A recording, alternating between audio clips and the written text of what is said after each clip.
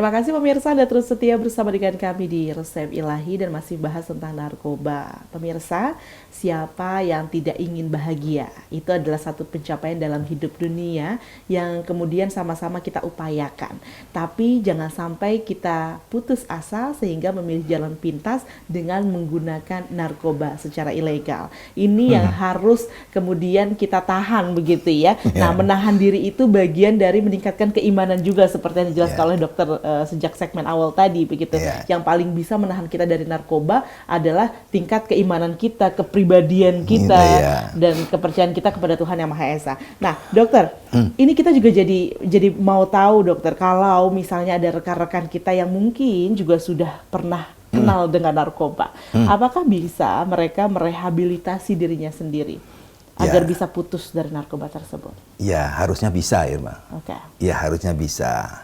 Nah, kita hidup ini manusia ada kelebihan kan punya pemikiran, punya otak untuk berpikir. Nah, teguran Allah tetap ada. Afala yatafakkarun, apakah engkau telah berpikir?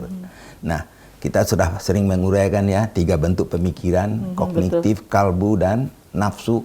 Nah, kognitif dengan kalbu inilah yang akan memperbaiki jati diri seseorang. Tapi kalau psikomotor atau nafsu, nah itu yang kita istilahkan bersimpang dua. Nah, ini sebenarnya bisa diperbaiki. Nah, ke sistemnya gimana? Ya tetap itu, pertama ketahui dulu masalah itu. Nah, ini mass media sekarang ada semua itu. Seperti dari TV-mu juga ada kan nanti. Betul.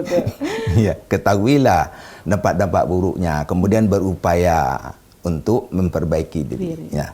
Dalam Islam kan jelas banget itu. Ada perintah Allah yang menyatakan ya, jika kamu berbuat baik, niscaya kamu berbuat baik untuk dirimu. Nah, kalau kamu berbuat jahat berarti kejahatan untuk dirimu juga. Kan begitu ya? In ahsantum li anfusikum wa in asatum falaha. Ini itu kalau tidak salah surat Al-Isra ayat 7. Itu maknanya sangat tinggi itu loh. Nah, sebaliknya supaya bisa berbaik itu kendalikanlah yang Irma sering sebut itu, hawa nafsu. Ya. Kalau pada pencandu narkoba ini itu ketiga hawa nafsu itu terganggu itu. Ketiganya loh. Nafsu perut, nafsu syahwat, nafsu emosi. Aduh, udah berantakan di dalam diri ya. Terganggu. Akibatnya tercetuslah yang tidak sehat. Tidak sehat itu juga keempat-empatnya, Irma. Fisik tidak sehat, psikologi tidak sehat, sosial tidak sehat, dan spiritual juga tidak sehat. Nah, karena peringatan Allah kan lebih hebat tuh, seperti dalam surat Al-Mu'minun ayat 71. Itu kan jelas banget ya. Kalau sekiranya kebenaran itu mengikuti hawa nafsu, maka punahlah bumi dengan segala isinya. Bahkan kami telah menetapkan bagi mereka peringatan atau petunjuk seperti Al-Quran ya, tapi mereka tetap berpaling dari peringatan itu. Walawit tabahal haqqu ahwa'ahum lafasadatis samawati wal ard wa man fihin. Ya, bal atainahum bizikrihim fahum an zikrihim mu'ridun. Nah, itu. Kalau tidak salah surat Al-Mu'minun ayat 71.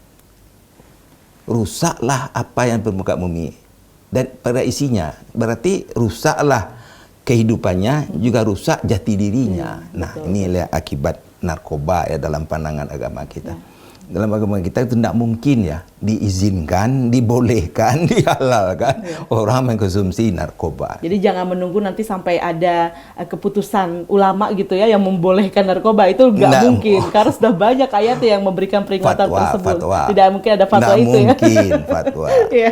Baik. Nah, Jadi sebenarnya caranya nih dokter, kalau tadi orang-orang kan kalau yang dokter deskripsikan gitu ya, mereka mencari narkoba karena untuk mencari kebahagiaan, menenangkan diri.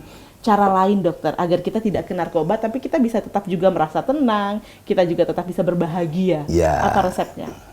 Itu resep ilahi. Betul sekali. Jadi Irma udah tahu jawabnya. Tentu nilai-nilai ibadah diaplikasikan dalam kehidupan. Aturlah kehidupan sehari-hari, aktivitas kehidupan sehari-hari ya yang penuh perhitungan, hati-hati yang penuh perhitungan. Nah, yang ketiga, rumuskanlah ya prinsip kehidupan yang benar. Ya, ciptakan visi dan misi yang benar. Nah, kita sudah sering berceramah juga ya. Ada kehidupan ukhrawi, ada kehidupan duniawi. Ya. Nah, ukhrawi ini yang sangat penting. Inilah yang menuntun jiwa manusia supaya dia berbuat baik. Betul. Nah, gitu. Nah, kalau memang sudah terjebak, kita pergi secara ilmiah juga, secara faktual. Ini ilmu medis tidak boleh ditinggalkan. Tentu pertama konsultasi ke ahlinya. Kalau udah jelas ya harus berobat benar, Irma. Nah, keluarga juga harus support ya, dokter ya. Harus bersama-sama itu membantu, karena orang yang terlibat narkoba sekarang itu sudah disebut itu dapat musibah sakit. Walaupun awalnya perangainya tidak kondusif, ya kan? Tapi kalau udah kena, ini udah dapat musibah. Orang dapat musibah juga harus dibantu. Nggak mungkin keluarga disingkirkan. Sekarang kan sudah banyak itu ketentuan dan cara-cara yang diizinkan pemerintah. Kalau keracunan itu yang pertama namanya programnya detoksifikasi. Detoksikasi. Menghilangkan efek keracunan. Nah, itu ada obat-obat juga. Nah, yang kedua rehabilitasi, pengembalian seperti biasa. Dan ketiga itu ada namanya konseling.